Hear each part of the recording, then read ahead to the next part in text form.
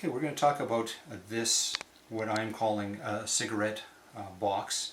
This was presented to C.D. Howe, who was the Minister of Munitions and Supply during the Second World War.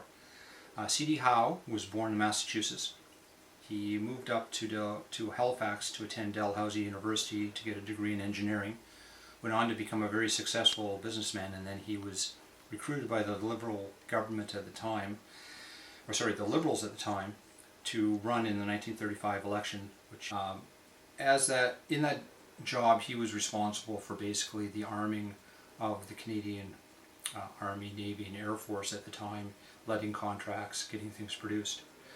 This is a model of a Valentine tank that was produced by the CPR, Canadian Pacific Railway shops in Montreal. It was the Angus shop. They produced approximately 1,900 of these tanks.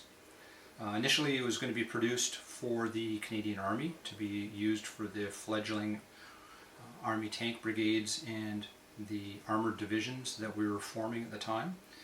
This was produced between 1941 and 43. They quickly realized that this tank did not meet the needs of the Canadian Army, because this was what was called an infantry tank, in that it had lots of armor and it was mobile, but it had a very small gun. It had a 2-pounder gun and a machine gun. Great for supporting the infantry during when they're doing their attacks, but was terrible in destroying other tanks. And a tank that can't destroy another tank is not very useful. So they started issuing these to the Canadians. They realized it didn't fit their need, that the Canadian Army needed cruiser tanks. So the majority of those 1,900 tanks were then sent Lend-Lease to the Soviet Union, who used them, and by all accounts were very happy with them for what they were using them for.